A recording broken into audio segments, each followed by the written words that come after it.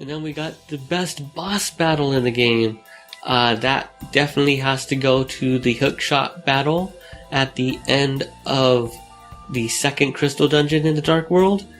The Beast of 1,000 Eyeballs, a giant eye, and it's covered in a bunch of giant eyes. Well, okay, so the main eye is the most giant eye, but it's not like these other eyes are as big as a person's head, so they're giant eyes too.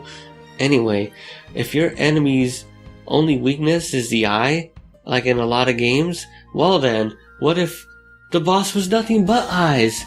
So it's a giant weak point. So that solves that riddle, I guess.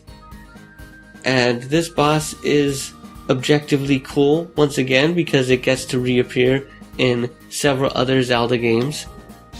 Because hookshotting giant eyeballs in their eyeballs and then slashing them in their eye with your sword is just great.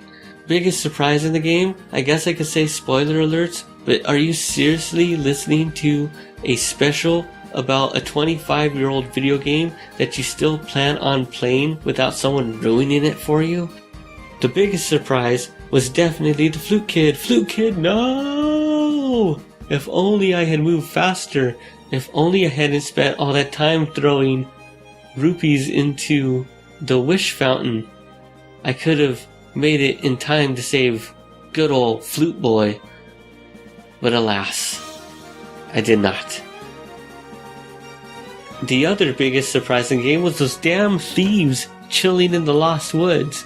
I thought he was just a regular enemy. Hey dude, what's up? What's up? I'm kind of lost here. Can you? Oh my god! And then he just rams into me with the power of Ganon himself, because this guy is just straight up unkillable. And he just keeps coming. He doesn't even want my stuff. He just wants to make sure I don't have any stuff, because I'm losing red rupees and I'm losing bombs and arrows by the 5. I'm just in complete shock.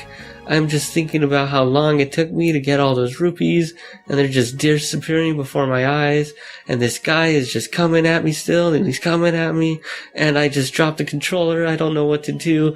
It's too much. I don't want to think about it anymore. So let's talk about the dungeons again.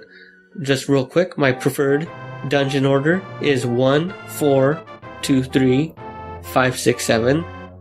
I don't change it up too much. I just like to go to 4 because I quickly would like to upgrade my Master Sword to the Tempered Sword, and then it really doesn't matter what dungeon I do after that.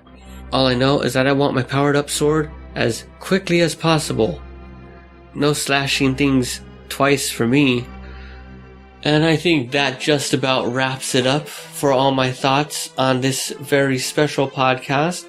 Like I said, get my full, wonderful, comedic, hilarious retrospective by going over to GameMusicForAll.com and finding part 1 of my Legend of Zelda retrospective.